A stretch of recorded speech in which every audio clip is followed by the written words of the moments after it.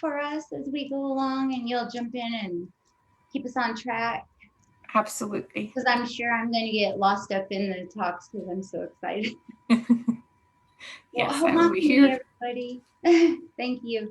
Homakini, homo yabemi, nishinana memi wakami, lidum lily yapemi, ustama hedidi. Well, I'm really excited to be here at the finale. I think we've had some really amazing time together, talking about, from I know I've been sharing history of the tribe, before the gold rush, our experiences during the gold rush, and where we sort of are today in the aftermath of all of that. The efforts that we've done through CHIRP, which is our 501c3 nonprofit, whose mission is to preserve, protect, and perpetuate Nisenan culture.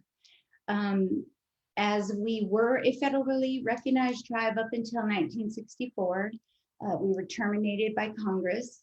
And so since then, it seems like what I've been doing for the last, at least 15 years of my life, going back to, this is an intergenerational struggle, which most Native people fully understand that this is passed down in families, sometimes for many generations, which I find to be one of the biggest tragedies of everything that's happened to Native American communities, is that it doesn't stop with one person who's out there. Like it started with my grandpa, and then my mom. She was the first chairwoman in Nevada City Rancheria in modern times, and now it's passed to me, and I really loathe the idea that any of this would be on the shoulder of my daughters, of the governmental piece of it, so we're seeking to have our federal recognition restored. And excuse me, while I've spoken with a lot of federally recognized tribes and their councils and their tribal members, and I've been told, well, if you think federal recognition is going to solve all your woes, it's not the case either. But at the very, very minimum, that we have our sovereignty returned, that we are still self-governing our people, that tribal cultural fabric that held the tribe together before, that there's any remnants of that today, the social and political pieces of the families that are within the tribes, that any of it exists still after everything that was put in place to destroy that, starting with absolutely with the Indian boarding schools, to break that culture. So when I look and I look at the tribes, and our guests today, Herman and Melba, they're from the Washoe tribe, and I see the culture that survives, and that there are people there who are tending that and bringing it forward to the new generations that come. I mean, it's miraculous to me.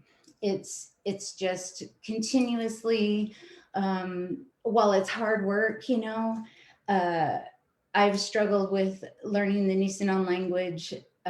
It's really hard. It doesn't, where I wish I could just absorb it in my DNA and just speak tomorrow. We don't have any fluent speakers. And so, it ends up, it feels like almost every topic ends up being a thing. Like, I guess nothing comes easy has this heavy value. Well, that's the only way I can look at it without pulling out my little poor Shelly fiddle. But I see the resiliency in tribal communities. I see the incredible strength in tribal people, and that too sometimes makes me mad. Like, when does our family and our tribal people, when do they get to be soft and just like lay back and not have the weight of an entire culture on their shoulders? For for me personally, and I'm the spokesperson of the Nevada City Rancheria tribe. So most of the time when I'm opinionating on things, you know, I've gone through my protocols within my family to make sure that I'm okay saying what I'm saying. And I know my edges where, you know, sometimes I can't even make an opinion from CHIRP's point of view as executive director. Sometimes I can't speak for the tribe in a certain place. And I do sometimes have my very own Shelly opinions that most of the time is back to what I just said, is expressing this awe of the people in our tribal nations, absolute amazement that anything exists after the campaigns against the Native people on this continent in California, and sadness that the fight is so dang hard every step of the way to protect sacred sites, you know, to be visible. For us here, the swiftness of the gold rush, just, you know, and then we're not in the history books. I never even, when I was in school, I never learned about that time and what happened, the Indian boarding schools, you know, the mission system. I made my sugar cube mission, I think, when I was in the 3rd or 4th grade, or I think I made mine out of macaroni. I just, we were so completely erased. And while I learned from my own family the truth, and my grandparents could tell me like where the old town sites were, and, you know, grandma could sing songs in Nisenan and knew words, and other family members knew words and some phrases, mostly it remained in song. But it was all taken and destroyed and then erased. So, you know, now that the whole focus and the package that's around CHIRP, that holds the tribe in some kind of support in our efforts to restore federal recognition, is to bring visibility, is to not only bring visibility for us at the Nevada City Rancheria, but to the truth of, you know, it's fighting against the Hollywood romancing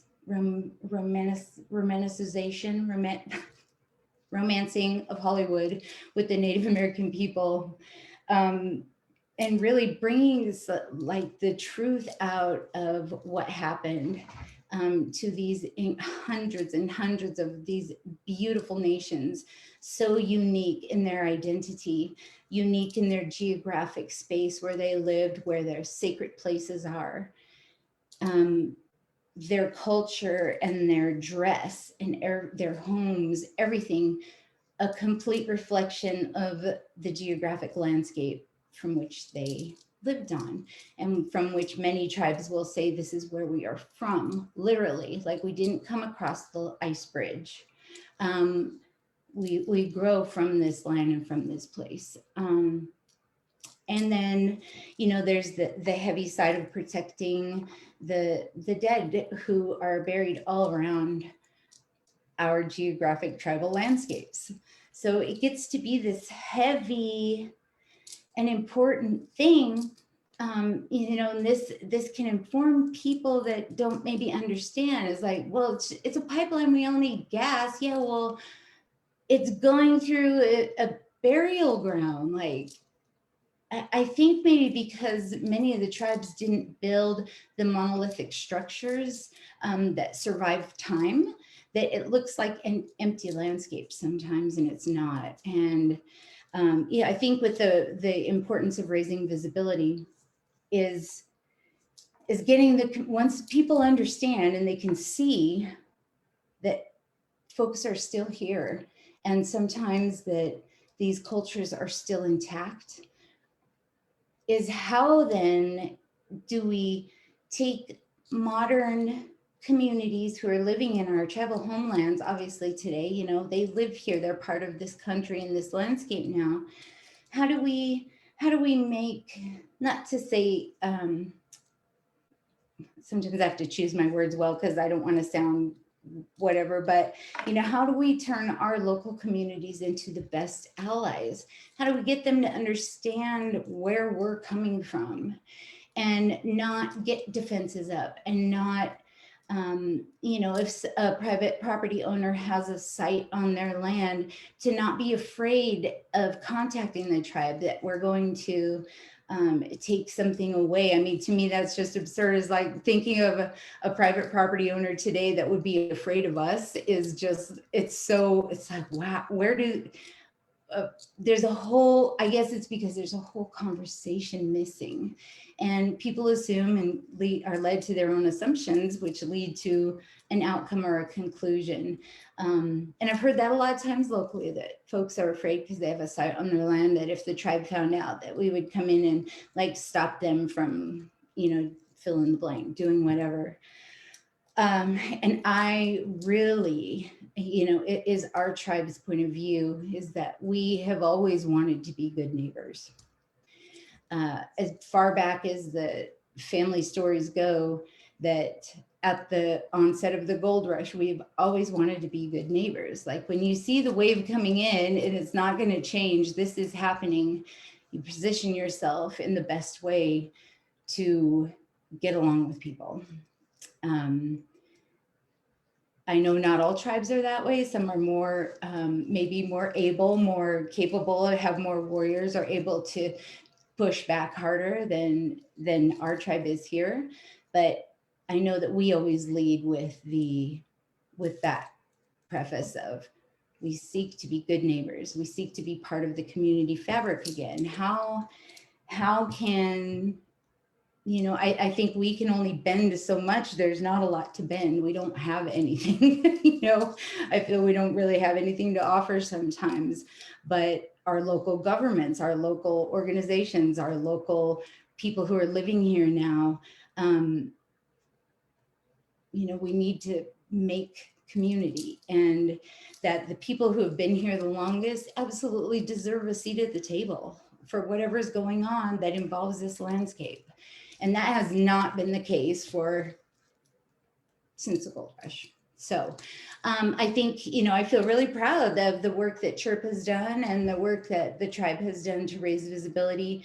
I think everything that we do, we try to keep, very,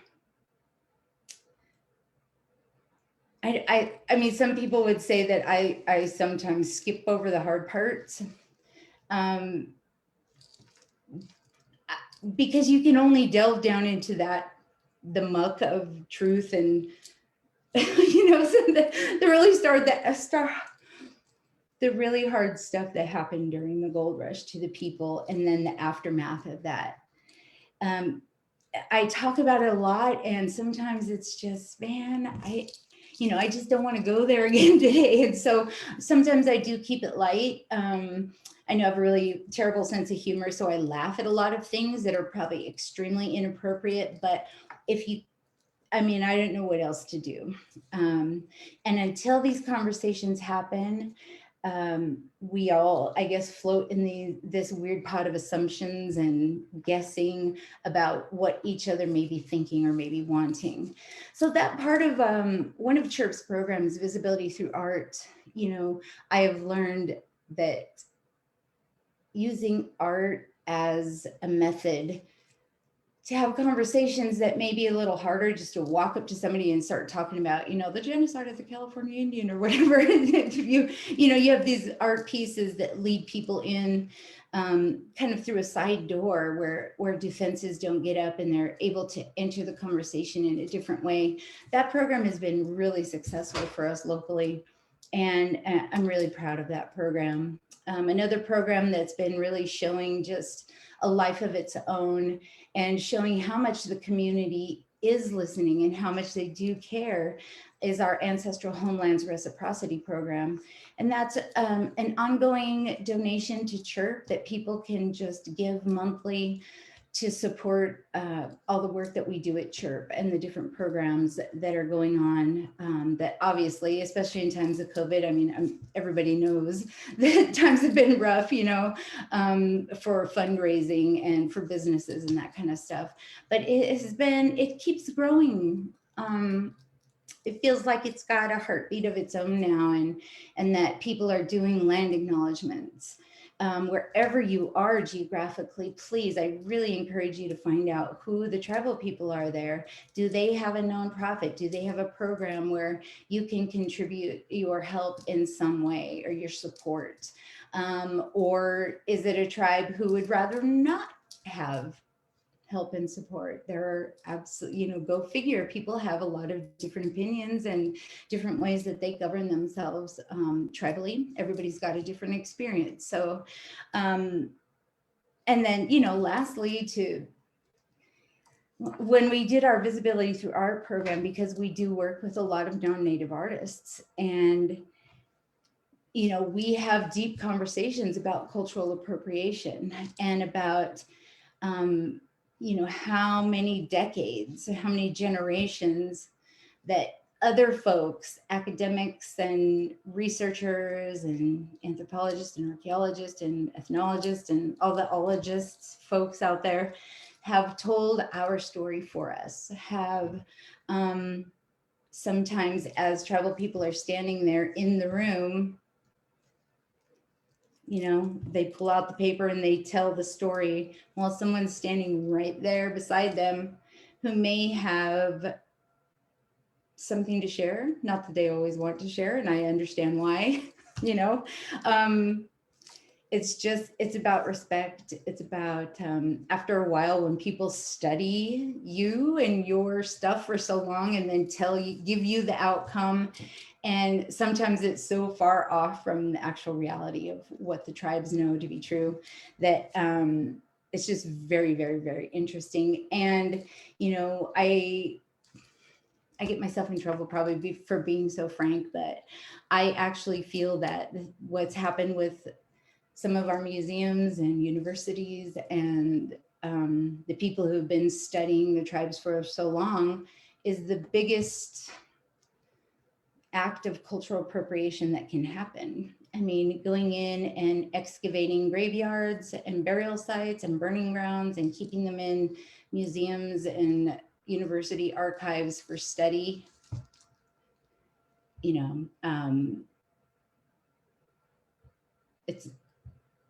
I know it's slowly changing, and I know it just doesn't happen to only Native people, but that's the kind of thing that tribal people live with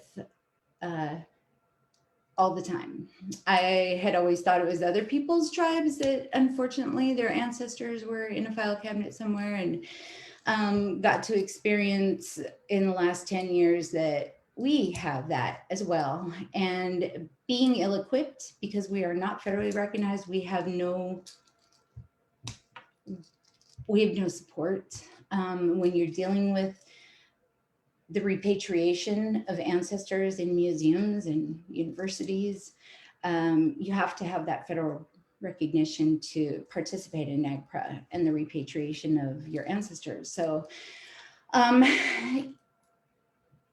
it's amazing. It's amazing that our tribe that we were federally recognized, we were terminated. Almost all the other tribes have been restored their federal recognition, and yet we have not. And that is, you know, the focus of what we're doing today. I know that, you know, with Deb Haaland coming in as Secretary of the Interior, instantly we've got these Native American issues across the country that are they're starting to bubble to the top. And if I could only share I wish I could just jack you all into my head, or you know, any of the Native people out there who have been at the head of these fights for recognition and sovereignty and getting your ancestors back out of the file cabinets and, you know, protecting sacred sites. If you could just get a glimpse at the years and decades and generations of people who have fought these struggles, and you have somebody like Deb Haaland come in, and instantly you're starting to see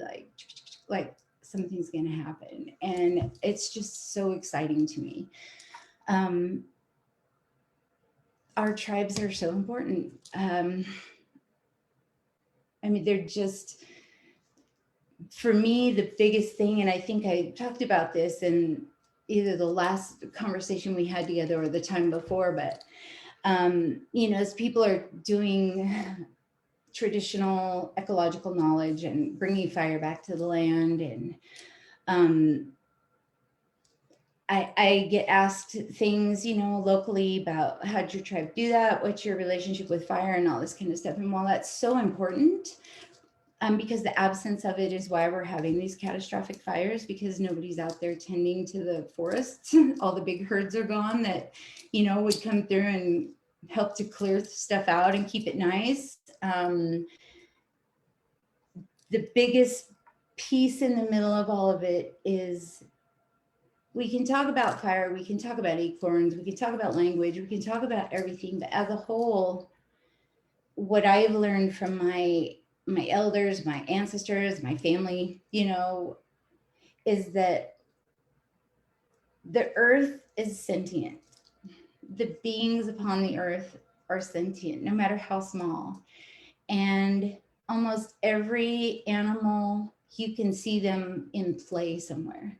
Like they play, they get scared, they have feelings, and that humans are not supposed to be at the top of the ladder. We've positioned ourselves at the tippity top, that everything else is dumber than us, and we have more rights to the resources on this planet. And it's just the way it is. We have more rights. We're better. And I would say that until we can remember that and educate one another that that's not true. It's just simply not true. I know even some of my closest Native allies don't believe that. You know, we've grown up this way. This is the way we've been educated, is that, and what we see every day out there in the world is we can do whatever we want. Our memories are short. Everything's written down. I don't know anybody's phone number anymore because of my stupid phone. Nobody's. It's so weird because, and then I play in a band, and part of my process of learning music was listening to, I'm showing my age, press and play on the cassette and pausing and writing down the lyrics. And now with all the lyrics on Google and everything, I cannot remember lyrics to my songs. And the memories that the tribal people had, because most of the societies didn't write everything down, our memories and the stories that pass from elders, I mean, passing on that knowledge before you pass away to make sure your knowledge doesn't die. Like, this is the core of I mean, I would say most tribal communities. That's why elders are so important. You know, they hold the experience and the knowledge, and kids, you know, you're supposed, you don't really get hurt until you're proven and can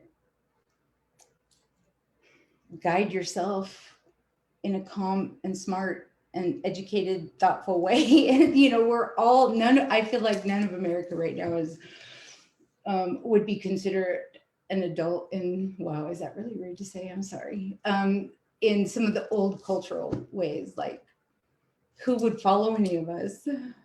I don't know. But I think it's so important to think about these things, and if we could all go back to knowing that the earth is sacred and it's sentient, they have memories, and we are not the most important. I think we could dig ourselves out of the hole that we've gotten ourselves in on this planet. And so while I know it's important to talk about fire and how did we do the forest and how did we do this and that, again, you're just like literally putting out a little tiny spot fire. We need to address this as humanity, and, you know, obviously globally,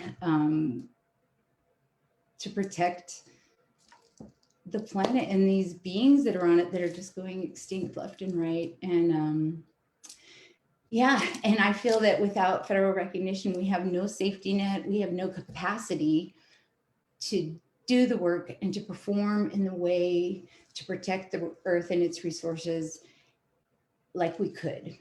Um, you know, I see some of the tribes who have great departments, and they're out there protecting their land. And you know, with our guests today, we've got a really amazing relationship with the Washoe, because we share, you know, they're on the eastern side of Nevada County. And I remember talking to some of the tribal members in the resource protection conversation, and them saying, well, yeah, we know that you're our neighbors, and because that, like, it's in their oral history. And I was like, really? Because it's such a fight to, like, we're here, does anybody know who we are? You know, and then here's the Washoe, who's our neighbor, who of course we shared a border. And so they were like, yeah, like, you're real. And it was like, yeah, thank you, somebody sees us, you know. So but I've really enjoyed our time together over these last weeks. And the story walk is up. So the Anita Opet Betem Payam, I think I have my copy here. This is the book I wrote about my grandma, Anita Opet. And this is all in Nisenan if you haven't seen it. It's our Nisenan reader. And the story is by me, and then it is translated and illustrated by Dr. Sherry J. Tatch, who is our friend and linguist. And it's a great story. It is available in our CHIRP store, and I'm sure Megan will put links up like she always does. But talking about language, because our next guest is going to be speaking about language. Like I said, we don't have any fluent speakers, so we rely on the archives a lot to go in. And I think I know 6 writing systems now for the Nisenan language. And it's, you know, it wasn't a written language. So this has been a great project for me, for my personal family and my tribe.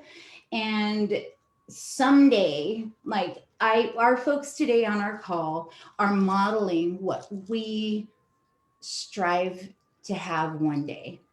We want our own language program, and I'm so excited to hear what's up with them and how they're doing with their language programs.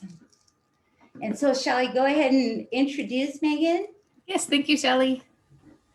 Great. Let's see if I can actually have 2 windows open here. Okay, great. So thank you for listening to me rant, and I'm going to introduce our guest today. This is Herman Fillmore. Herman Fillmore is the Acting Cultural Language Resources Director for the Washoe Tribe of Nevada and California. He started his journey with the Washoe language dating back to the 1990s as part of the Washoe Language Circle, which eventually gave rise to the Washoe, oh boy, here we go, Washoe Wagaye.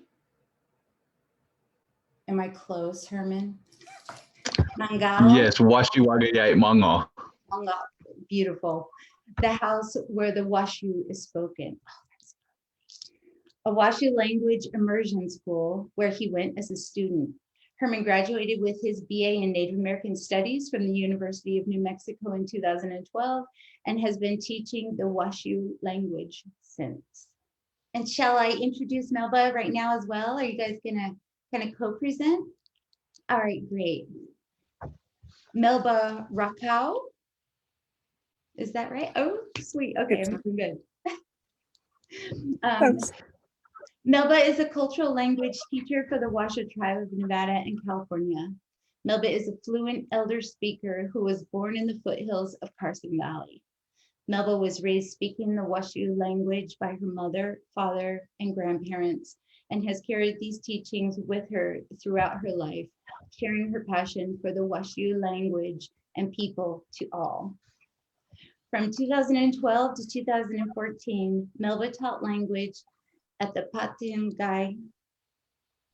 Patongi Meki. Thank you. I don't want to massacre this language. The Eagle's Nest, a language immersion classroom for Head Start youth aged 3 to 5 years old. Melba spent much of her time translating resources to Washu and is incredibly passionate about creating a new generation of speakers to carry on the Washu language in the future. Welcome to both of you. Thank you. Thank you. I just want to say thank you, Shelly, for setting us up. I thought a lot of the topics that you touched on were point on, especially as far as the losses in our communities of language and culture. And on the California side too, the eradication of Indigenous people purposefully. I know that we felt that with some of the bounties and things on our side, but we were a little higher in the Sierras and weren't as badly impacted as a lot of the California tribes. And I know it's really tough on that side. And so we appreciate you being here today. Thank you. Thank you so much. Muango Amibi, Washu it Luha Liza Digam Dialei, Debo it Lu Herman Fillmore Digam Dialei, Digoy Benny Fillmore, Ashdi Lot Laura Fillmore Digam Diagay, Ashdi Vernita Snooks Digam Diagay, Wap Bow de Lei, Ashbawa Lugum Tanu Sheila Lei.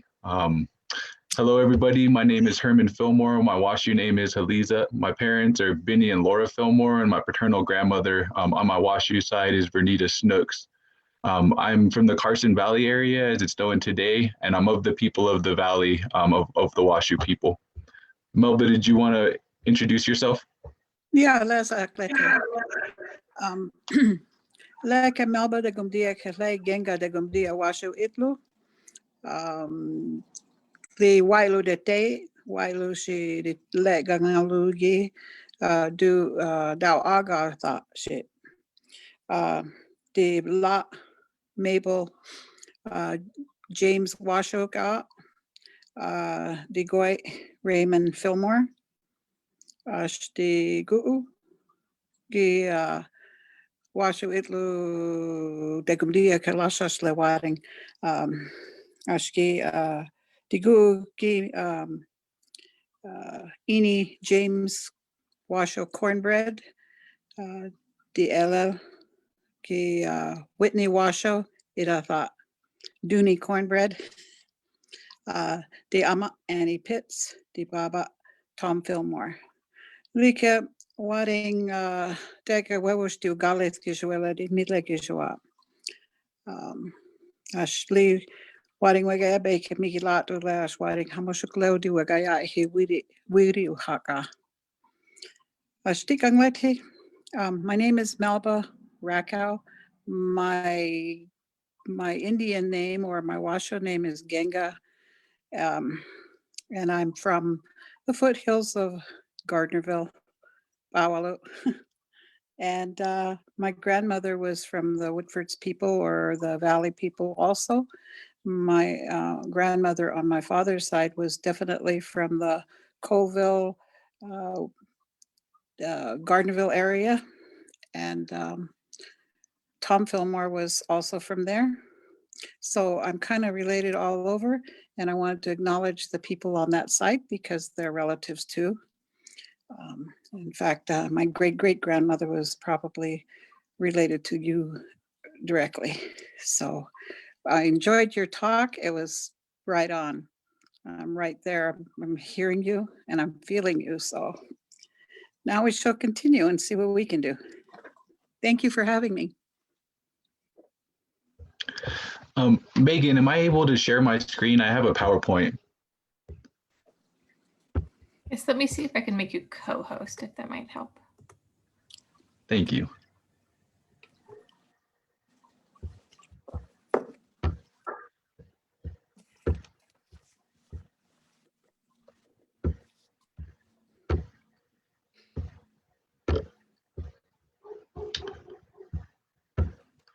Can you see my PowerPoint all right?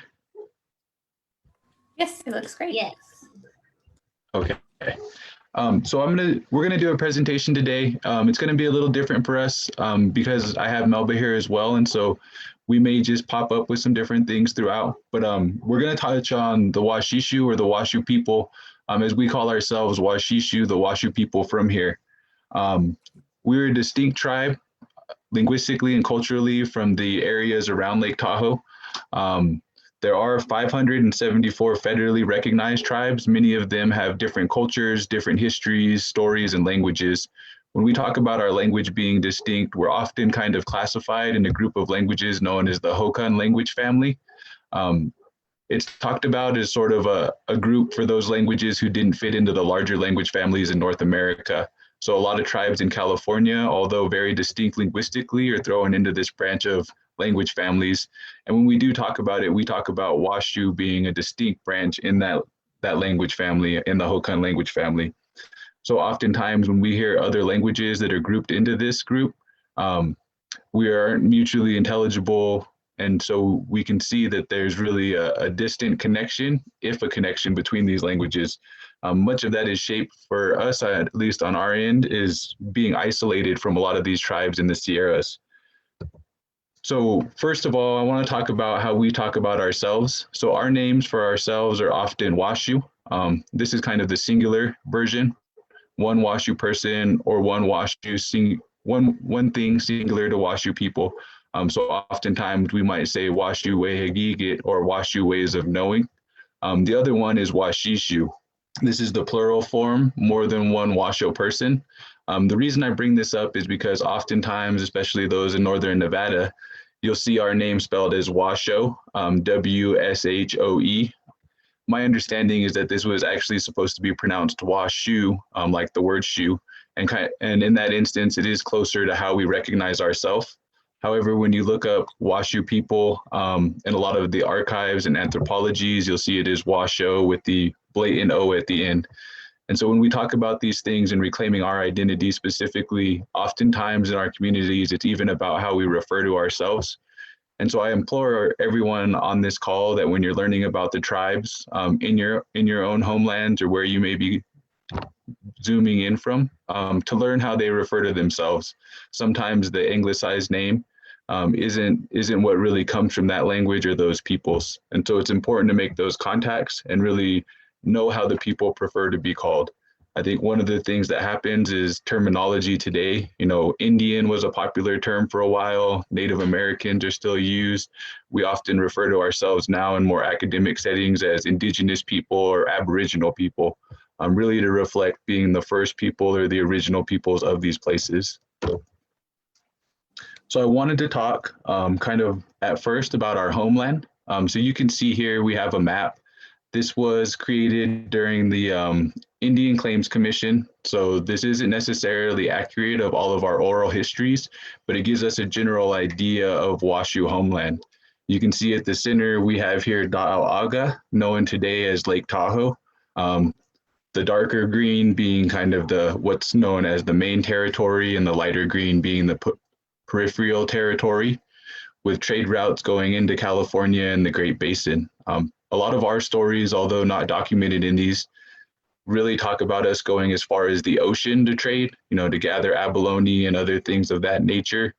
And at one time, with the Nevada side being an inland sea, our creation stories also talk about coming farther from the west and being from this place. So you can see too, one of the biggest things about us as Washu people is having been in this place for so long, we really have become to be shaped by this place culturally and linguistically. So one of the things I wanted to talk about, because it always comes up when Indigenous people are mentioned, is the idea that we were only surviving within these homelands until colonization or something came to save us and bring us from our own wretched existence. We truly believe this to be kind of misinformation. We not only survived here, but we truly thrived within our homeland. As you can see from this map, we have extensive knowledge of the various resources that are here, not only within our homeland, but surrounding homelands. We have knowledge of all of these places as far as what their traditional names are. And when we talk about it, we talk about these places as, you know, having their own names, having their own existence, and not being something that we gave importance to, because all things are important.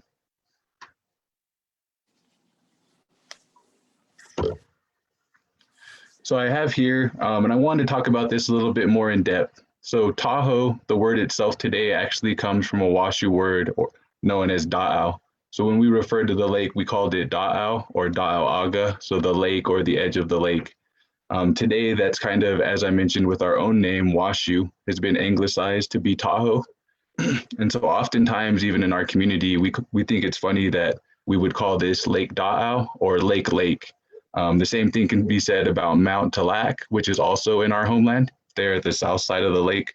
Dalak is our word for mountain. So Mount Dalak is actually mountain when translating from Washoe. What this kind of brings up is that although there's been credence given to indigenous languages when these words are used, it's very tough for them to kind of maintain that existence when there's so many people visiting in an area, changing that information, slowly Englishifying the language to where it's almost unrecognizable to original speakers. One thing I wanted to talk about briefly in this same kind of breath is the recent name changes here in the area. So we've been lucky enough to have true allies in the Forest Service and BLM, and as well as the local kind of towns and community governments to want to do better for Indigenous people moving forward. I think everyone's kind of probably aware of the Squaw Valley name change that's been happening in the Olympic Valley area here near Tahoe. The resort itself, where the Olympics happened, they've been really good partners in engaging with the tribe to move forward and rebrand that entire area in a way that is truly respectful of Indigenous people.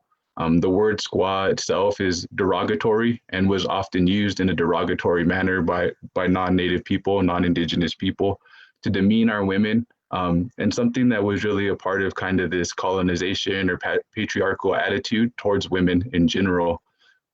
Completely counterintuitive to our beliefs as Indigenous people, where we respect our women. And in our community specifically, we often consider ourselves a matriarchal tribe where our women truly led us and we're often the decision makers.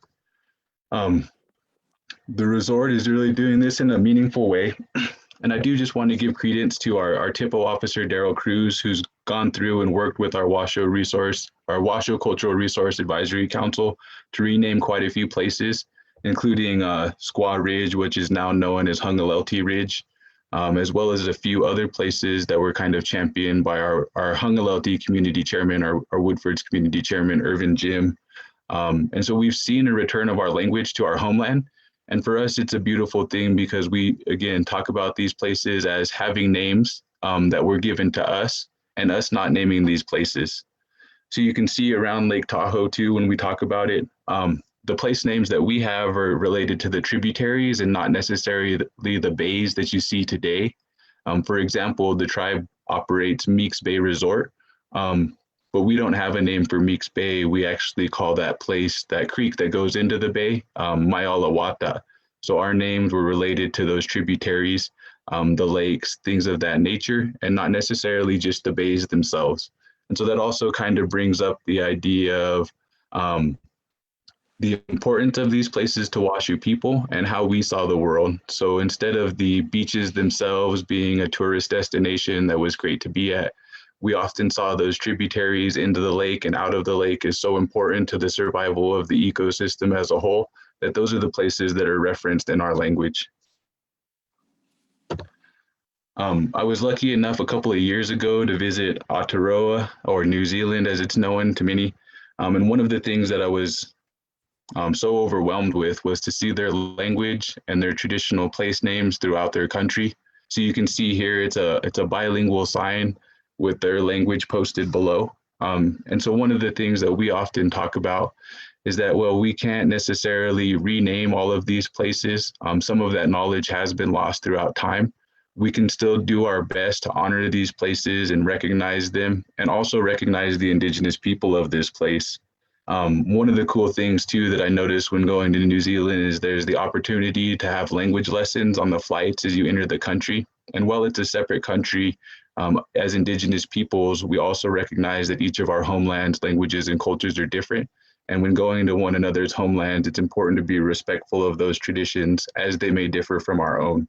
So to be able to see our language throughout our homeland, to hear our language spoken in different settings, and even as a way to kind of acknowledge Indigenous people's existence by visitors, it's incredibly important for us to start to rebrand and reclaim our own homelands and names for these things.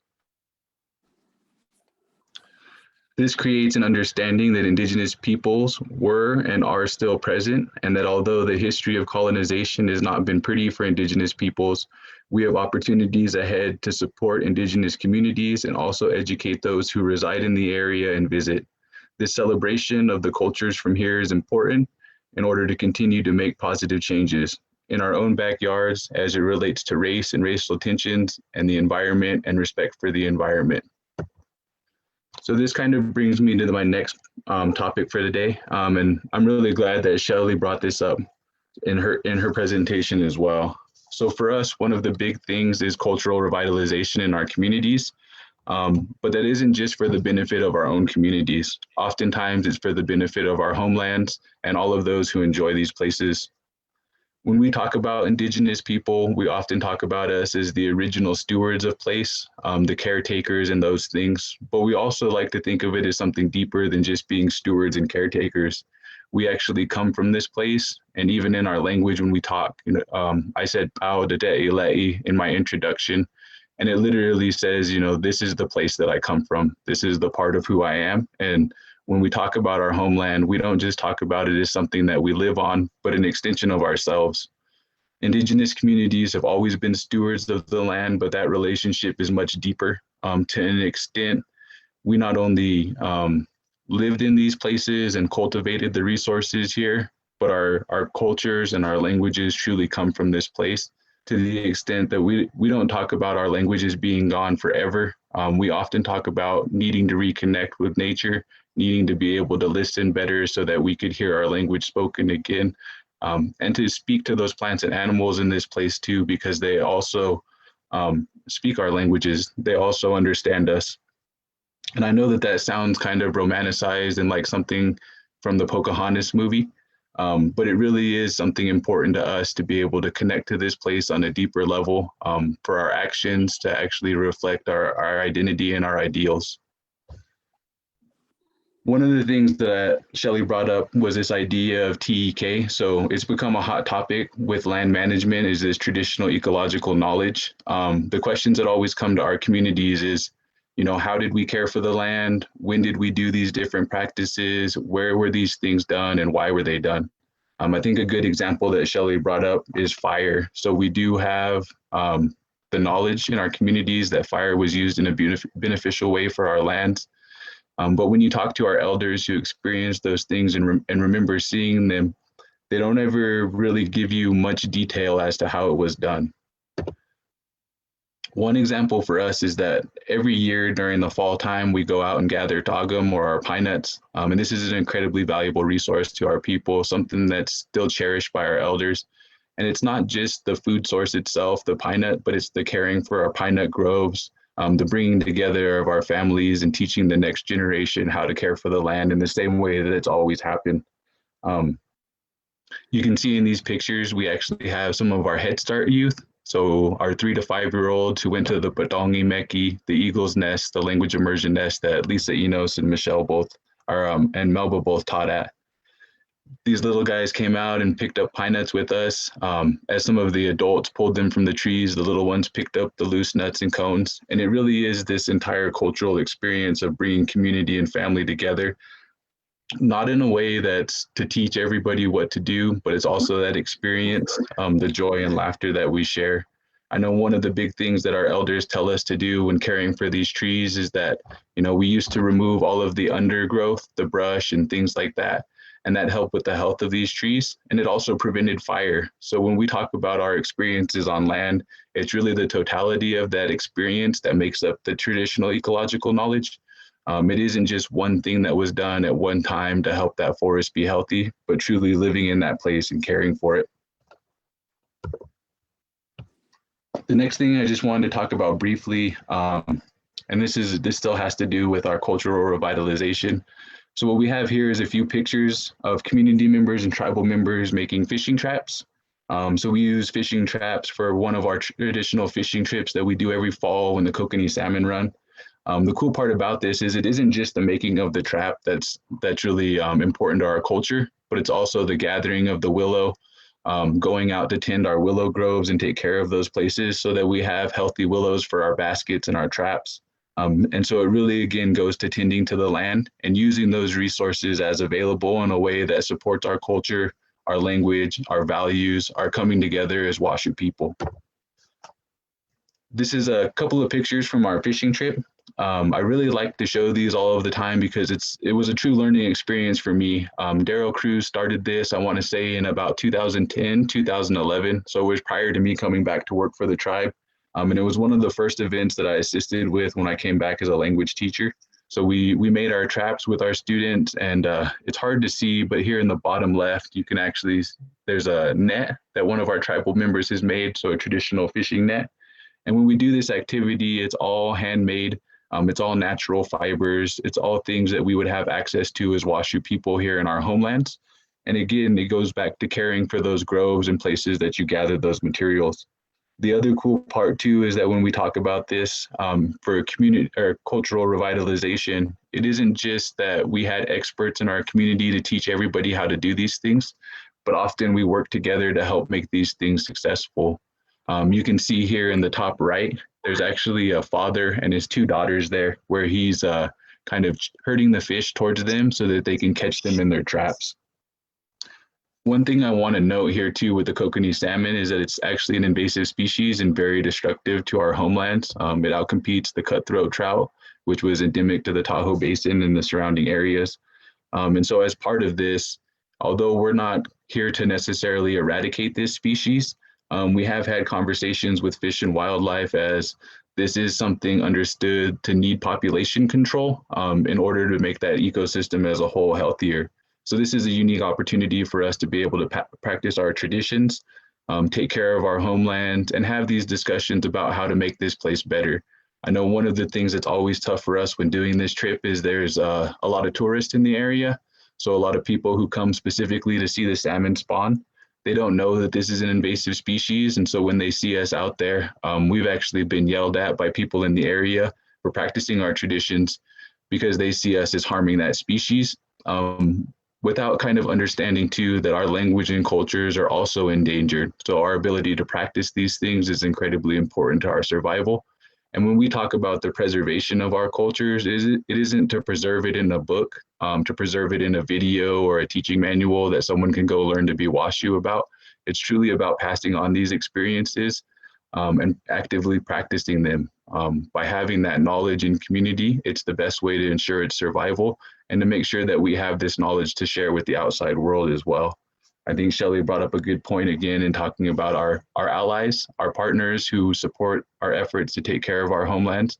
And we look to be good allies as well by sharing that knowledge with everyone. The last thing I wanted to talk about briefly is really specific to our department. So we are the Culture Language Resources Department for the Washoe Tribe of Nevada and California. I mentioned earlier, our language is pretty much a language isolate, very unique compared to the other languages in the Hokan language family. And even some of those languages have been removed and determined to truly be language isolates. It becomes tough on our end because although we know we're unique, it still takes science to prove that sometimes. And so being a smaller tribe with around 1,400 tribal members, we don't necessarily have the resources or specific research done within our community. However, we also understand too that it isn't necessarily about having to prove something, but having that knowledge and being able to tell our own story and express that uniqueness to each and every one of you. So one of the important things about Indigenous languages is that each language inherently represents a new perspective or a different worldview. For us, and Melba could talk about this more, but when we talk about our language, it's incredibly descriptive. You know, it often paints a picture to the listener of exactly what the speaker was seeing and what they viewed when talking.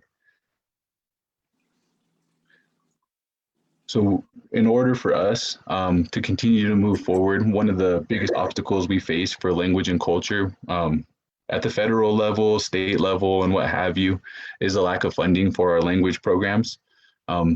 It's it's one of the things where we are a small tribe, 1,400 tribal members, and whereas the rest of the world is in need of resources and things of that nature too, it's really hard to convince everybody of the importance of these unique languages and its benefit to the rest of the world.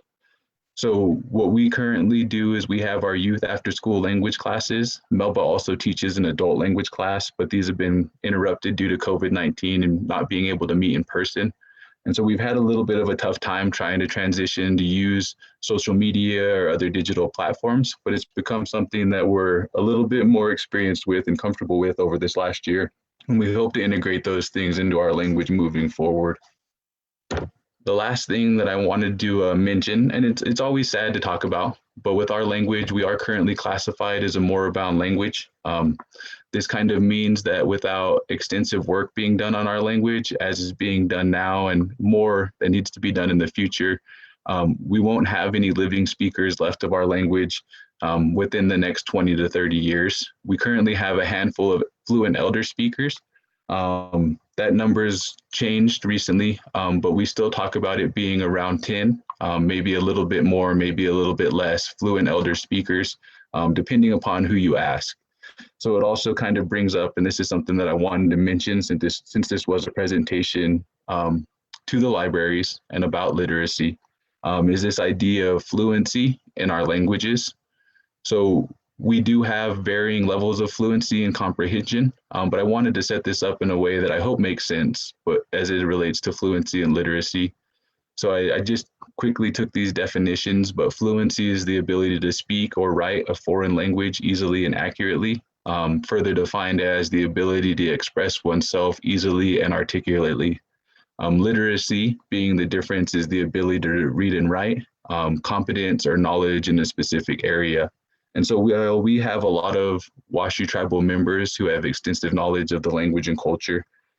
We only truly have a handful that are fluent and can speak in all of these different areas of expertise, kind of these domains as we talk about them in language and literacy. So it's very tough at this time for our communities to move forward with language revitalization without creating new speakers and teachers to move forward in the future.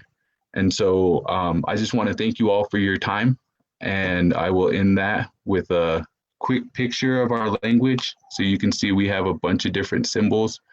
This makes it tough for language learners at times, but for us, it's incredibly important to document our language, both through recordings and handwritten materials, as those are often required to teach classes. So we can see here, I just wanted to show you guys real quick, but here on the right-hand side, you see some of these different symbols like the glottal stop.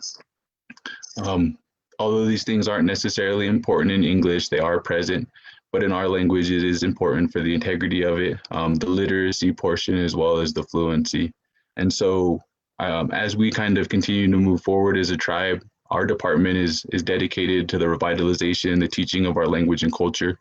And while that entails so much from documentation to interactions with elder speakers and having conversations in the language, we truly wish the best for our people moving forward and hope to be able to accomplish these goals. Ding ledish, that's all I'll say.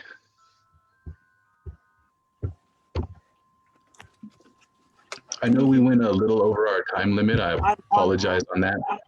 But I did just want to ask Melba if she had a couple of anything that she wanted to add at this time. Yes. Hold on, my speaker. Okay, can you hear me? Can you hear me? Yes, okay? We can hear you. Okay. We can hear you, Melba. All right, thanks. One of the things I'm going to add to what Herman said was our language wasn't a written language to start with, but basically those times have passed, and you have to see that we may not like the language written, but it is having to be written in order to keep it alive today. I myself I'm not truly involved in the written part because I find that the more I write, the more I change the way the actual language was spoken.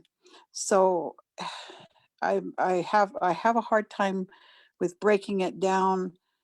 And when you're breaking it down, you end up Englishifying the language.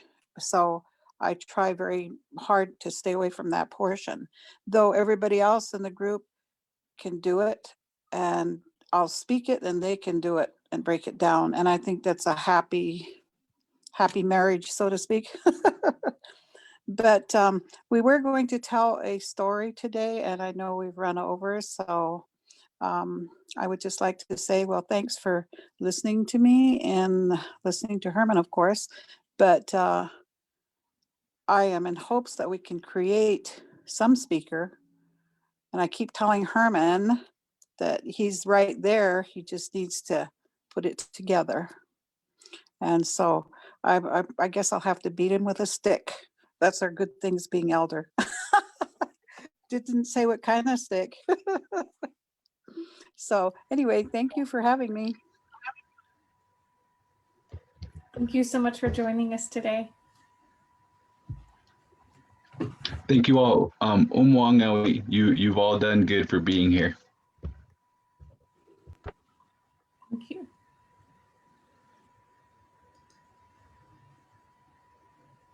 Awesome.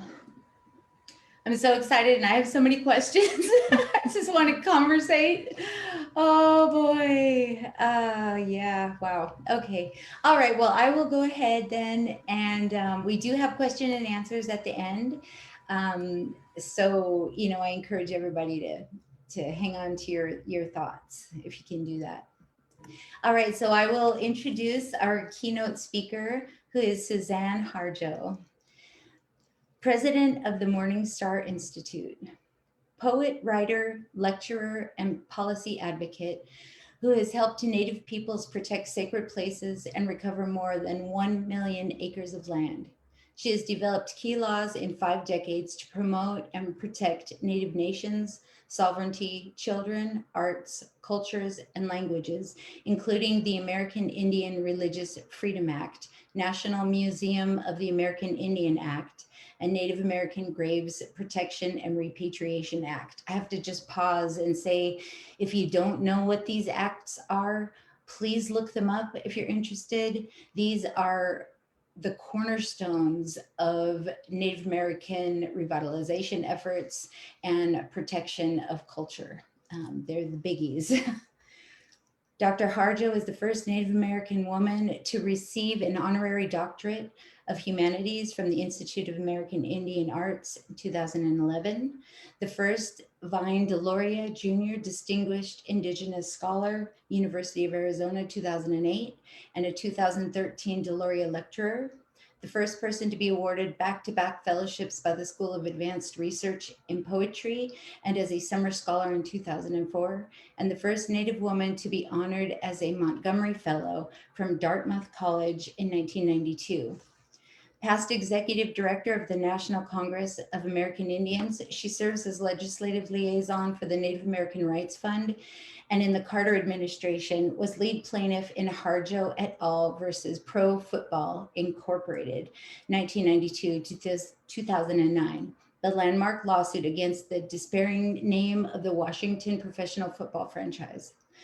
A founding trustee of the National Museum of the American Indian, she is a guest curator and general editor of NMAI's Treaties, Great Nations in Their Own Words, opening and publication in 2014, and an ongoing winning columnist for Indian Country Today Media Network.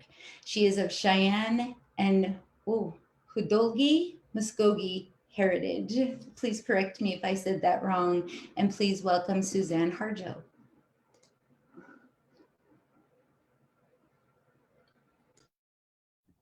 Well, thank you very much. I had planned a wonderful fake background for you, but you'll have to do with this. So pardon my lack of technological expertise here. You pronounced that exactly right. Beautiful. Thank you, Suzanne. And let's see, have I done something strange here to the image or not? I think you look fine. No, what I'm saying is looks like a nuclear, like the mushroom cloud from a nuclear blast. Oh, the lighting behind you. No, I think we're all seeing you No, no, fine. no, it's it's a picture. That's what I'm seeing, but okay, I'll pretend I don't see that. You pronounced Hodolgi exactly right. That means wind, and that's the first clan of the Muskogee Nation peoples, and the clan that named all the other clans. All the other clans are named for animals. They were the first thing that the Hodolgis saw when they came out of the other world. And so the others are all deer, eagle, and the like, big cat. And we're the odd ones out. And uh, others have said very nice things about the Wind Clan people. I was raised as both Muskogee and Cheyenne. I am a Cheyenne national. I'm an enrolled citizen of the Cheyenne and Arapaho tribes in Oklahoma, and I live and work in Washington, D.C., and have for a long time. I'm a grandmother, and oh, thank you very much. I appreciate that. This is Zoom, not a TV studio. Thank you. um, I'm a grandmother and, of course, mother, and I'm very proud of that. I'm proud of everything I've done almost, and the things I might not be so proud of, you'll never know about. But I thank you for bringing me here and for virtually here, and for asking me to address some of the issues that you're dealing with right now. I mean, what you're dealing with is something that every Native nation has had to deal with in establishing a relationship with the United States. So nearly 600 have done that so far. You are in the category of those who have done it before, so you know you can do it again. And the worst of the US policies stepped in and did a really dirty trick and forgot to undo it for you and just 2 others, while they undid it for many others in California. California took real body blows from the European invasions. Many people think that the Mayflower, that Columbus landed in the islands, or on the islands. The Mayflower landed in what's now the Northeast United States. And then everyone from Europe pretty much worked their way from the East Coast to the West Coast. It didn't happen like that, of course. The people in the metal hats who came with Columbus, along with their rats and fleas and all of those horrendous diseases that we still haven't developed full immunity from. And that's everything from measles to mumps to cholera to diphtheria to malaria, everything that was brought here by the Europeans. We still have not developed full immunity to. Our people die at a rate higher than any other people's from influenza, from tuberculosis, from pneumonias. This is what preceded Columbus. As soon as the rats and the fleas and the men with the hairy faces and the metal heads got off those ships, they sent into the hemisphere, into this turtle island, this red quarter of Mother Earth, the scourges that they brought with them. And that cleared the way for them to think that their was an empty space on the earth, just waiting for them to populate. Of course, they had to ignore the evidence of great civilizations. They had to ignore the evidence of many bodies of people dying and dead, people diseased, people in trouble. And if there were people left alive, as many were, they were able to, with superior weapons, begin to eradicate the people. They kept some who they wanted to fill thimbles with gold. And if they couldn't do that fast enough, they were maimed, one hand cut off, one foot cut off, which was tantamount to a death sentence because infection would set in very, very quickly. And you couldn't really make your way in the world with that kind of maiming all of a sudden and in such a punitive way. This all preceded anyone going from the east coast of what is now the United States to the west coast. This invasion took place through what is now Central America, and the people went up the west coast once they hit there. And so at a time when the United States was making treaties with Native peoples, there had already been devastation and extermination and displacement and disruption of people's lives, from which people still are recovering today. No matter how good the circumstances are today, no matter how many great casinos a nation might have today in California, there are still injuries and wounds and scars that need attending to, and the job is not finished of restoration.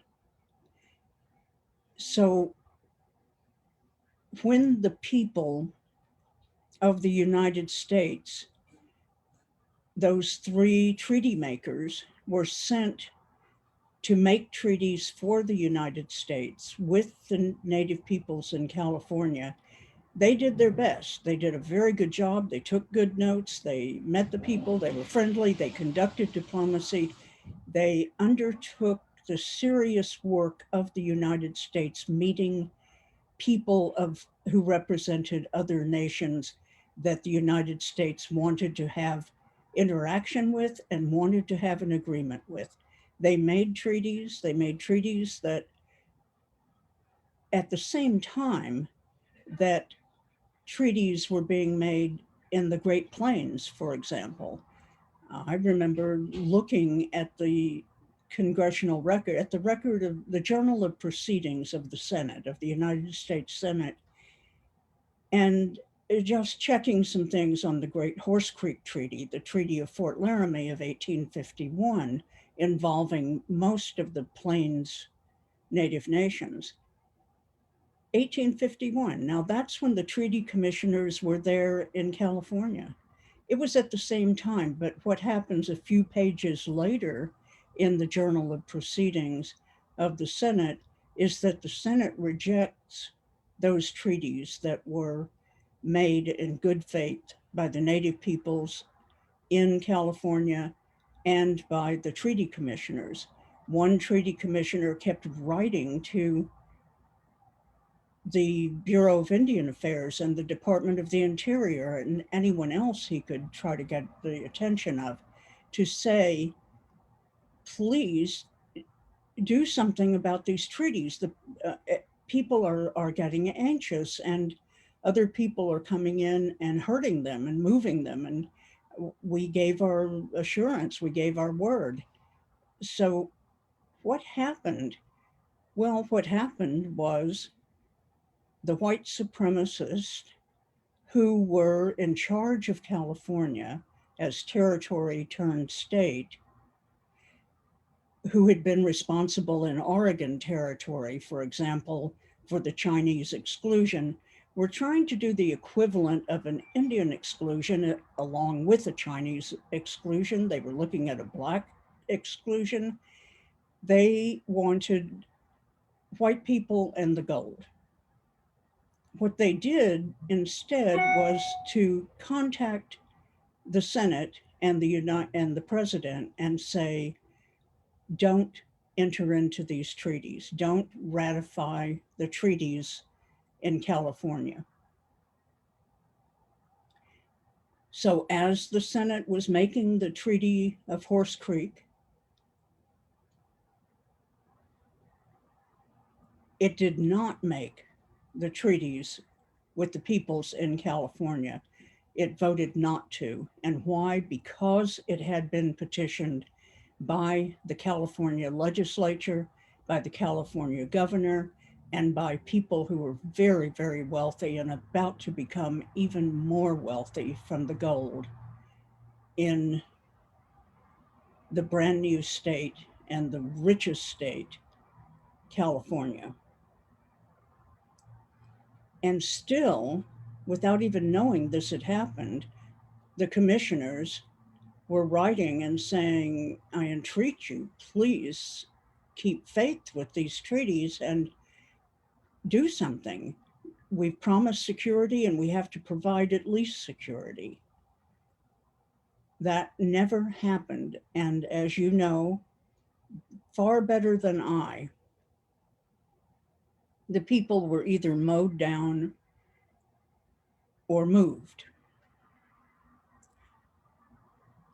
And some peoples never recovered from that. Some peoples are still reeling from that. And to add insult to injury and injury to insult, because there were too many to even know which came first. But there was a great piling on of both policy and practice with bounty proclamations by companies and the state and local municipalities and cities for dead Indians. It was business. It was good business for there to be dead Indians.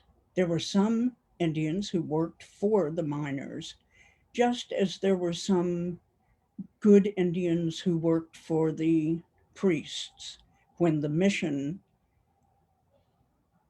missionizing of California happened.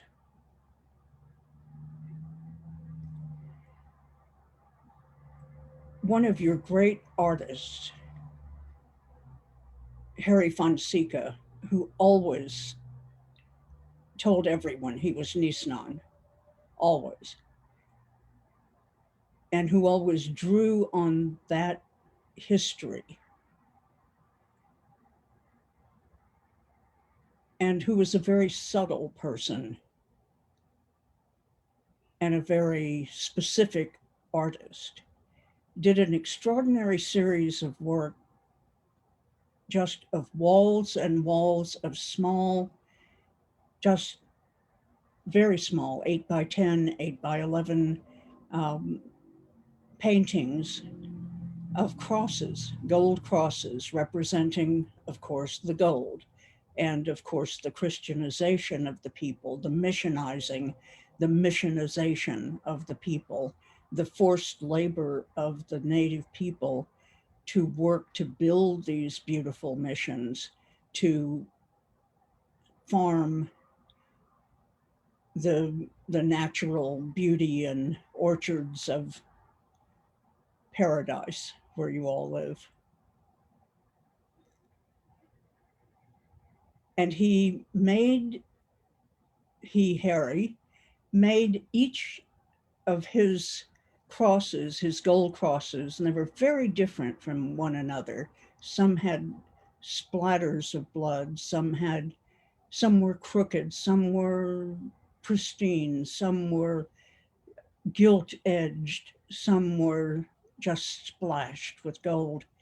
At the bottom of every one was a landscape of black and red, and the black and red was for fresh and dried blood.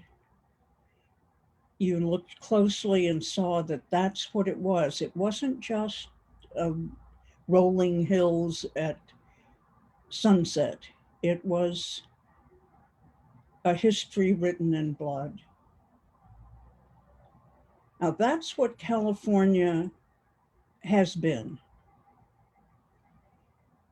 And it continued to be, it continued to call on the federal government each time that the Native peoples would be able to get just a small handhold into or out of poverty or into an education opportunity or into a business opportunity, or people were, as we just heard, revitalizing their languages. Just when these things would start to happen, California would prevail on Congress to do something else. And Congress would oblige, as it did with the Termination Act. So you have a situation where people are, by golly, just terminated.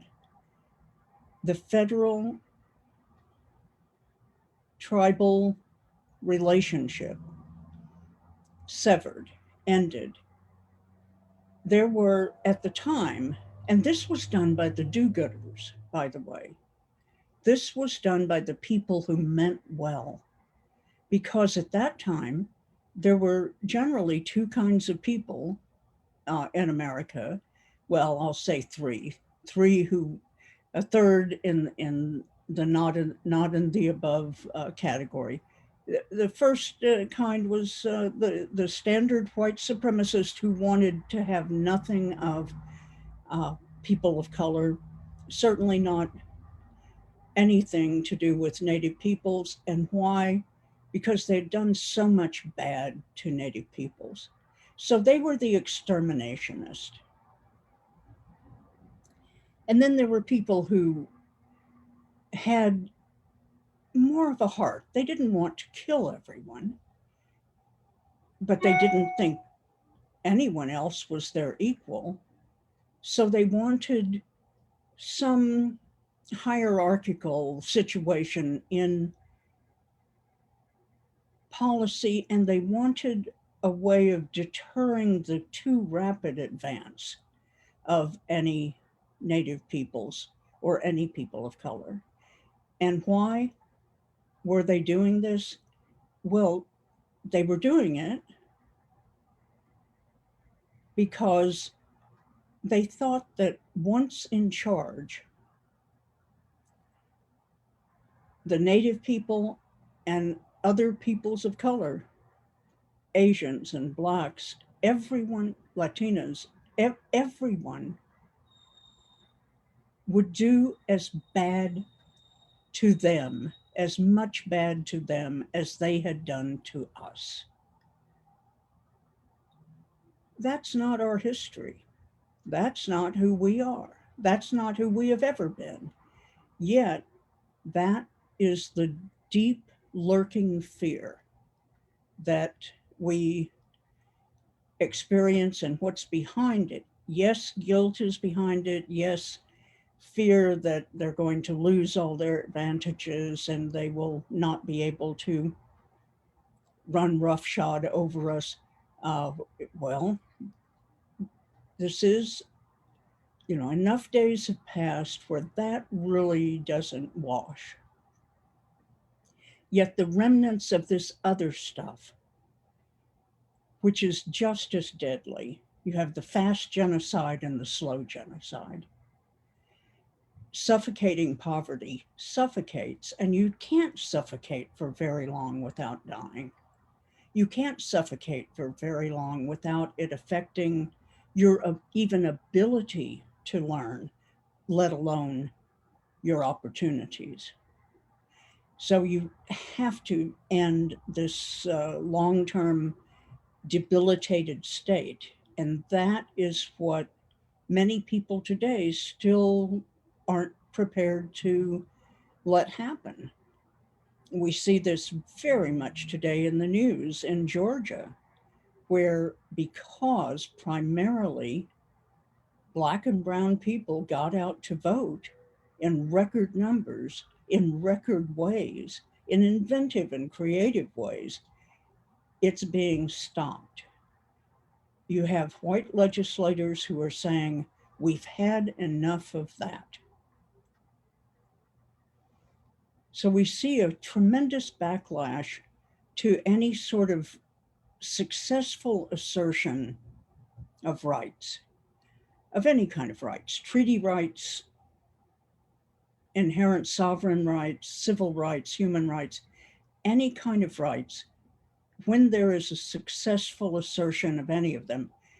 And by successful can just mean simply standing up on your feet and saying no. Standing up on your feet and saying, this is what we're going to do now. There always will be a backlash. The only good news is that once you reach agreement, whether it's in a treaty, whether it's in a law, whether it's in a court decision or a piece of legislation, once you reach agreement, you're then partners. So if I have a bit of advice, it's know when you've won and know when your greatest opponent has as much stake as you do in making a success of what you've agreed to do in order to stop being opponents. We faced that with the Smithsonian Institution after decades and decades and centuries of dealing with it and it not dealing with Native peoples, and instead amassing great collections and taking great collections from others of horrendous things. Our nightmares, many of our nightmares are people's nightmares. Things that happen to us in history are features of that institution. They have the collection of Native skulls from the United States Army Surgeon General's Indian crania study, an official study of the United States government of the late 1800s. I mean, right after 10 years or so after the, hello, I'm on a Zoom presentation, if you don't mind. Thank you. Sorry about that.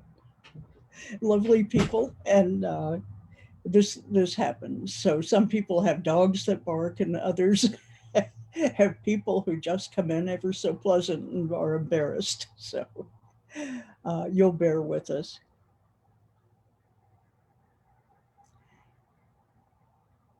What happened with the Indian crania study when that started was just a little over 10 years after the Senate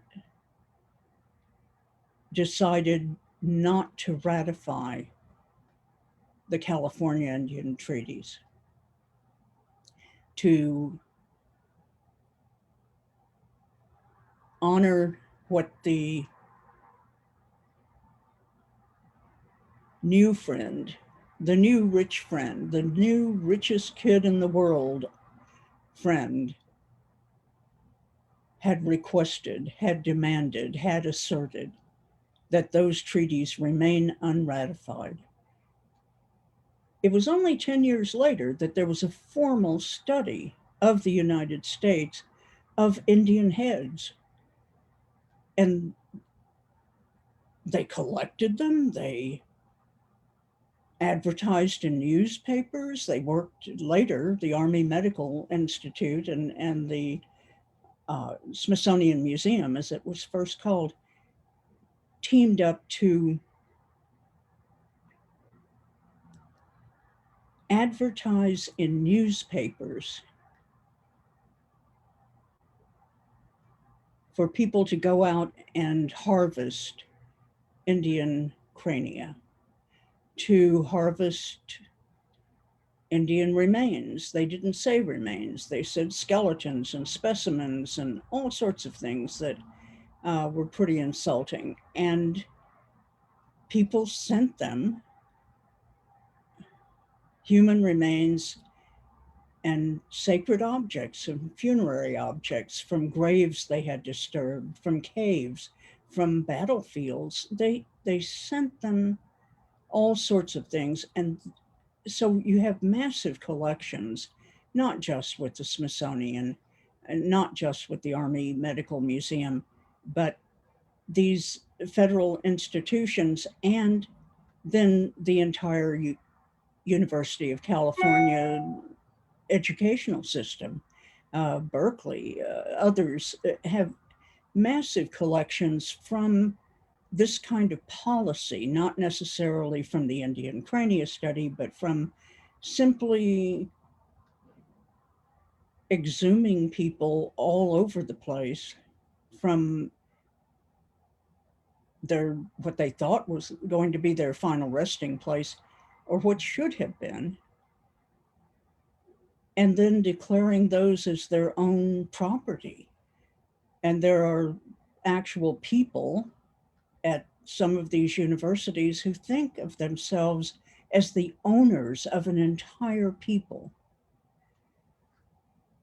Pretty strange and pretty frightening what has been done. And I bring this up to say, this is the origin of what you are encountering and what a lot of Native people in California have been able to work themselves out of, because they don't have that kind of continuing policy hammering against progress. You have that and need to move to legislation or another route that will, executive order, some route that will undo this hideous termination for the last remaining, the 3 remaining tribes in California that had this done to them while everyone else was restored, so that you can continue in your progress. And I just have to applaud your remarkable gumption to this stage, your ability to find yourselves, which is no easy task, and to do what can be done while struggling to force the United States and California to do right by you, as it needs to do, as it must do. And you have so many people of goodwill working with you. Judith Lowry, another great artist, that she has begun work with you is phenomenal, and one of the best archaeologists in the country and maybe in the world. Brian Daniels from the Cultural Heritage Center, run by my old friend Richard Leventhal at the University of Pennsylvania. These are people of goodwill who are not white supremacist, and they want to stop white supremacy and the things that flow from them, and they want people to take their righteous place. And so the fact that you have help from Native people who have succeeded in their fields, and that you have help from non-Native people who have succeeded in their fields and who have a special obligation they feel to do right by you is a testament to your ability to receive that goodwill and to make something permanent of it. Perhaps that alarm here in the DMZ is a good time for me to conclude. Thank you for having me here and for allowing me to extend to you both condolences for what has happened in the past and to celebrate you for what you are going through and how you are going through this, and for what is to come, because that's going to be glorious for you. Aho. Oh, Suzanne, thank you so much.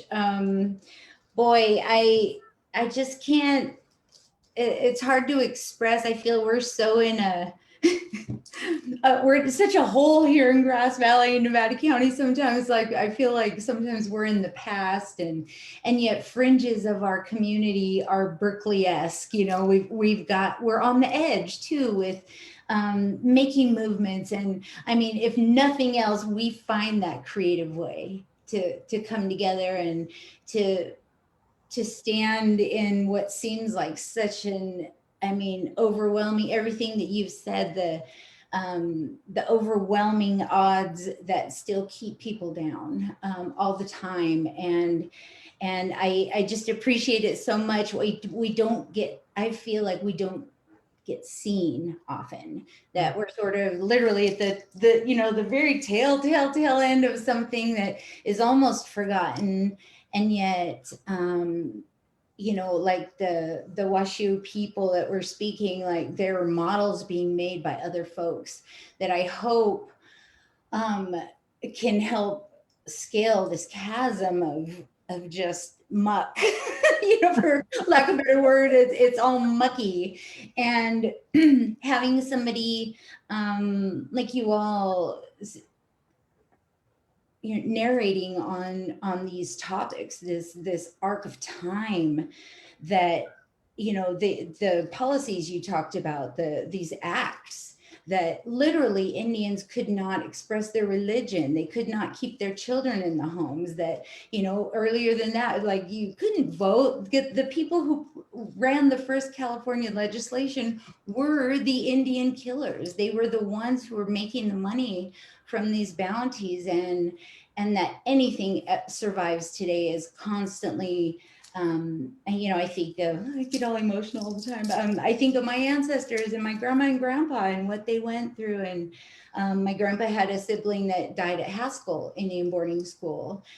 But I didn't know any of this. I wasn't taught. I experienced it, and then am trying to, you know, understand, I guess, and understanding why they were so invisible, like why they learned, everybody in the family learned, nobody answers the door, nobody picks up the phone, nobody, you know, opens official looking letters. Strangely, I have some of these phobias, I guess. You know, who's it going to be at the door today? You know, there's this scaredness that always lends to that invisibility.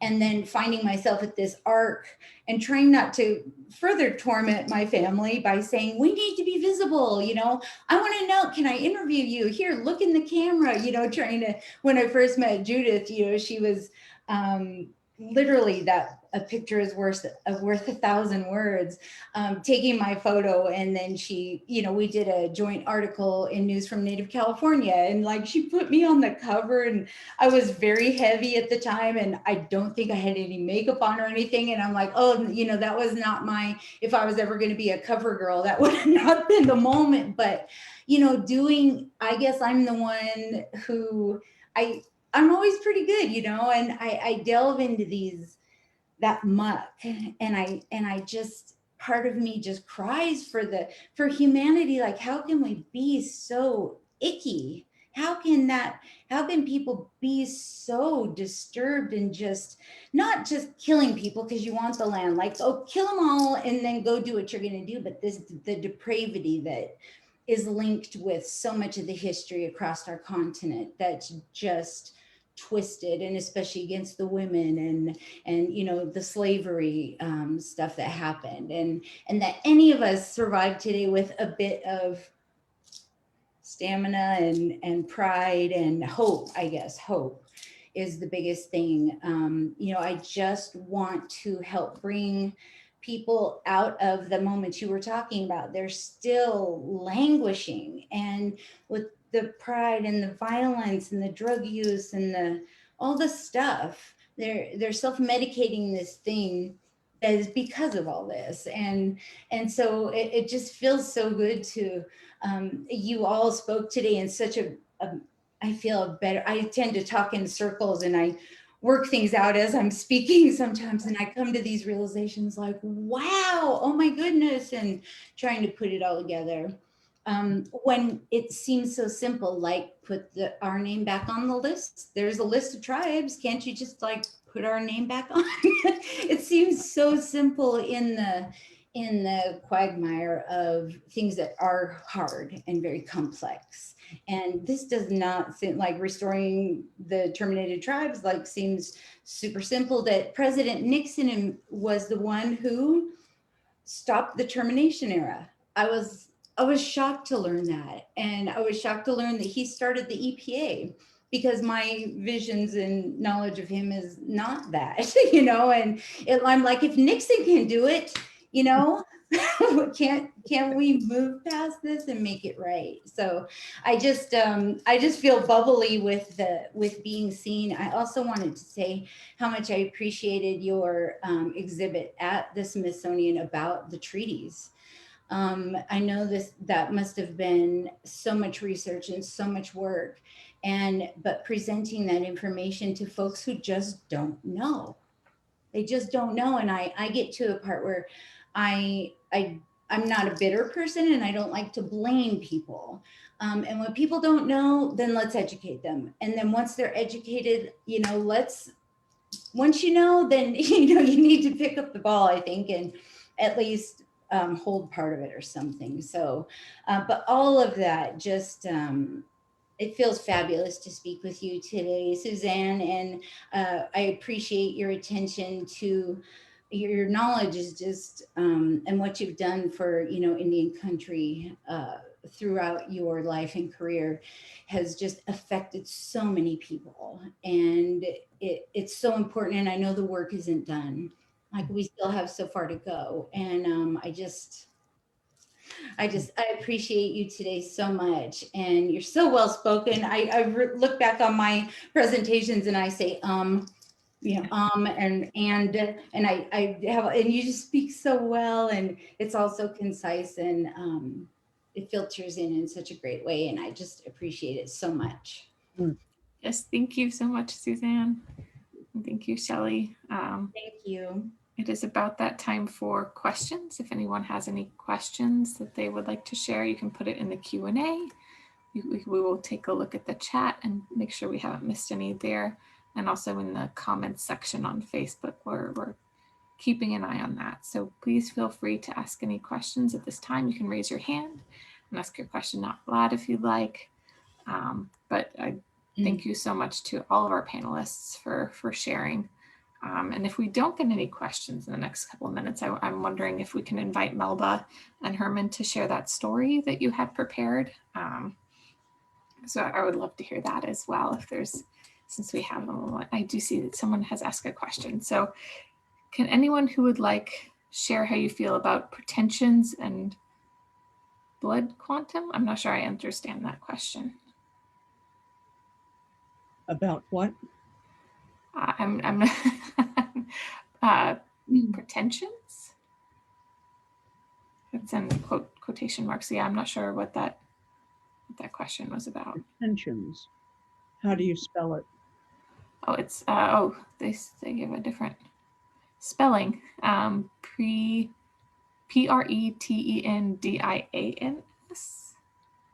Oh, pretendians. Pretend. Yeah, Okay. pretendians. Okay. Okay, there we go. And blood quantum. Well, two separate subjects. Let's see. Blood quantum. I wrote a column one time, a long time ago, but it was reprinted fairly recently in a good book on this whole subject. And it was called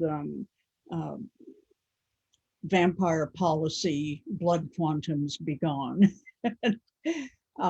It's an artificial construct, and people, white people, Euro-American people came up with the idea that it would take about 4 generations for us to breed ourselves out of existence if we did nothing but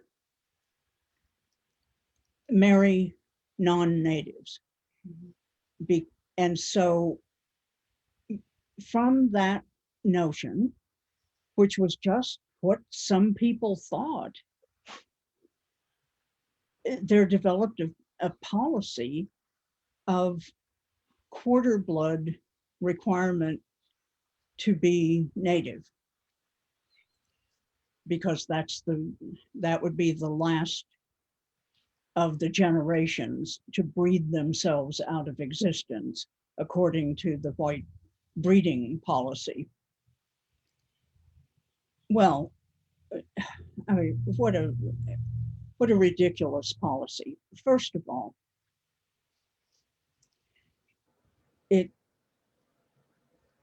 there's so many first of alls that it was in contention with the federal government's own policy, another genocidal policy of removing native children from their homes and families and from their lands, and so as to lessen their attachment to the land, to lessen their attachment to the culture, to lessen their attachment to their parents and grandparents and their full extended families. So that was a genocidal plan. I mean, keep in mind, when you talk about genocide, it doesn't mean you just wipe out all the people. It means the attempt to wipe out all the people, something that was pointed in that direction. The Indian Removal Act of Andrew Jackson was a genocidal policy. It was not simply ethnic cleansing, although that would be bad enough. It was removing people from Georgia. Remember, as Georgia goes, so goes the nation. So watch out, watch what happens in Georgia. It's the same policy that has existed there since Andrew Jackson. Having a problem with people of color, get them out of your state. And that's what was behind the Indian Removal Act. So here you have blood quantums coming up at the same time, these quarter blood requirements at the same time that Indian children were being moved into boarding schools very far from their families, very far from their homes, and were being deculturalized and detribalized as a policy. Were being Christianized and anglicized and given, you were beat up if you spoke English. My father was beat up for speaking English when he didn't know anything but Muskogee. I mean, that's a sad and horrible thing. And he ended up making with other boys from Chilocco Indian Boarding School a code during World War II, and based on the coordinates at Chilocco and all sorts of different phrases and words from different languages of people who were in Company C and the 45th Infantry Division, Thunderbird Division. And they did this in basic training and on the troop ship to North Africa. And they used that code to help win World War II up through Sicily and southern Italy, and arriving, not my dad, he was shot up almost lost his life, but happily did not at Monte Cassino.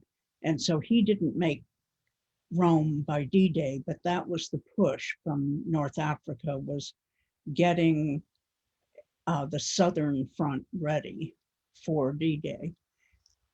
So all of this was, so here my father was using his Muskogee language and lots of other languages that were spoken, or the words and phrases known of at Chilocco, in order to win a war, to defend our countries. People are often puzzled about why it is that so many of our people are in the Army. Well, these are our countries. Of course, we're going to defend them. These are, we didn't come here from other places. We have our old homelands are here. Our old countries are here. That's who we are. So of course we're going to defend them. And we have, most of us, treaties with the United States of peace and friendship, and we really mean that. And if our allies are in trouble, we're going to help. So there are economic reasons, there are all sorts of other reasons, but those are the big ones. And people who don't know that just don't know who we are. So here they were doing all of these great things, and my father went on to learn many other languages and to make up codes and decode messages for a very long time. He only stuttered in one of the many languages he knew and spoke, and that was Muskogee. Why? Because he was beat up in the lunch line for saying, let's go eat, boy. Let's go have some food, boy. This is what you do. You invite people to eat. You invite people to share in what you have. You invite people to be with you as a way. That's a protocol for Indian country. And he would be beat up for that. So I go into that detail to let you know that the policies were real in the boarding schools, even in the 1900s, when my dad, in the early 1900s, the 20s and 30s, when my dad was in boarding school, this was still happening. So you have these policies that are contradictory, because the boarding schools weren't preparing you to marry out and breed yourself out of existence. The boarding schools were showing you, they were introducing you to lots of people you might otherwise not meet from different nations, many from your own nation you might not otherwise know. And they were encouraging, by the proximity, intermarriage, intramarriage, and not encouraging this breeding out kind of thing. What they were trying to, but here you have a real encouragement by federal government and the people who were anthropologists and other scientists trying to tell us what to do, who would say, if a person, when your people are 1/4 native, you're no longer native. So that has to be stopped, and it was stopped by the U.S. courts. And in the 70s, ever since the 70s, we have the right to, we have the affirmed right by the United States that we are the sole determiners of our citizenry, of our citizenship standards, and who we are. So all of that really is so important to keep in mind. Only the Native nations can decide who is a native. Whether the Native nation is recognized by the federal government or not, you still know who your people are. And that's a very important exercise of your own sovereignty, your own inherent sovereignty, is saying who your people are. Here's who we are. here is our collective face to the world. So that's an extraordinary thing. And pretendians are people who are just fakes, who are exploiting Native people by saying they are Native people and trying to take the place of many, and who in fact aren't. You ask them, who are you? Who are your people? And they tell you, and the people say, huh? Yeah. And if that's the reaction from the nation itself, from the pueblo, from the tribe, from the rancheria, from the people themselves, then they're a pretendian. So that's the difference. And it, of course, there's a gulf in between of people who are struggling with their own identity, and that is not to be overlooked, because nations and tribes are made up of people, and people have messy lives. Even the most treated, the most recognized, the most linguistically intact, the most religiously intact peoples have messy, messy lives. And that's something not to be discounted and always to be factored in, and to undertake policies that would do our ancestors proud and help us survive into the future the way they helped us survive into the future. Yeah. Beautiful. Thank you. We have one last quick question. Is there something you are working on now, and can you share a bit with us? Well, we're about to go into workshopping a play that we had performed, myself and Mary Catherine Nagel, who is Cherokee, a wonderful playwright and an attorney, a partner in the Pipestem law firm. She and I wrote a play, our second play together. Then, and it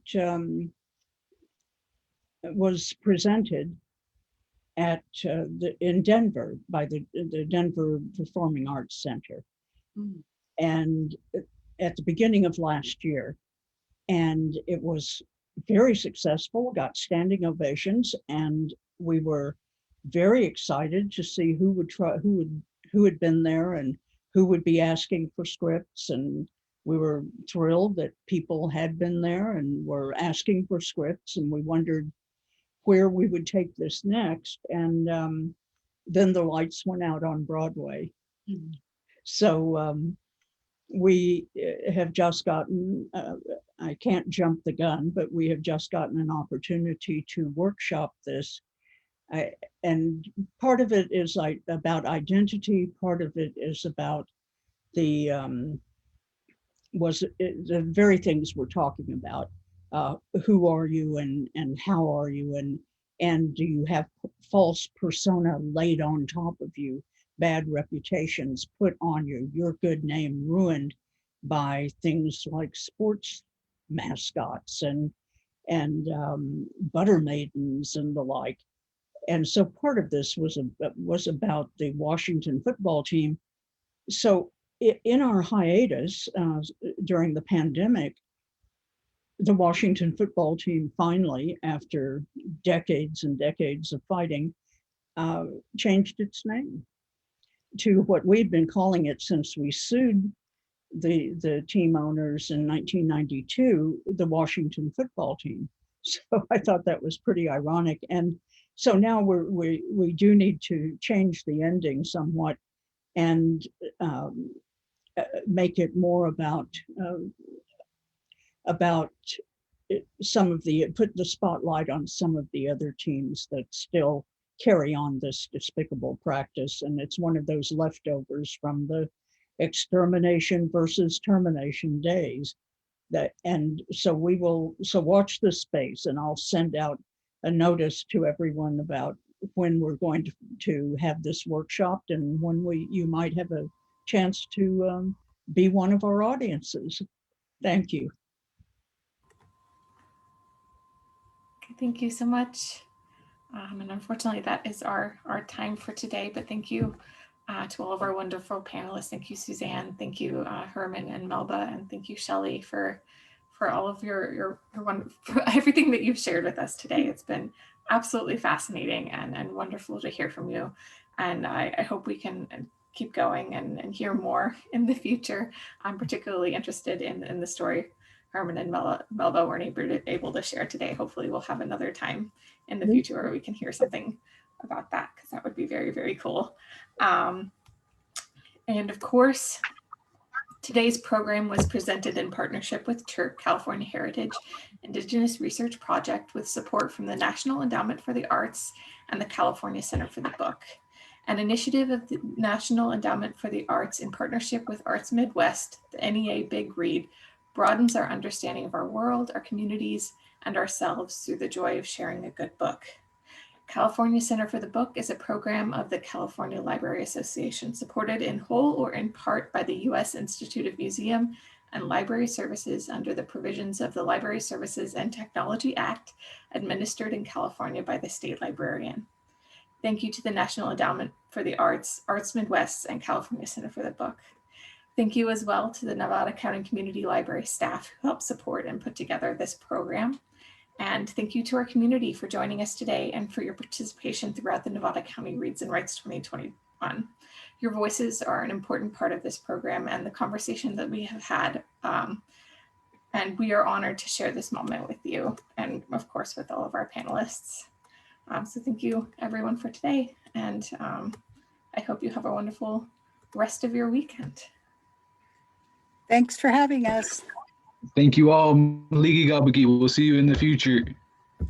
Thank you. Bye-bye.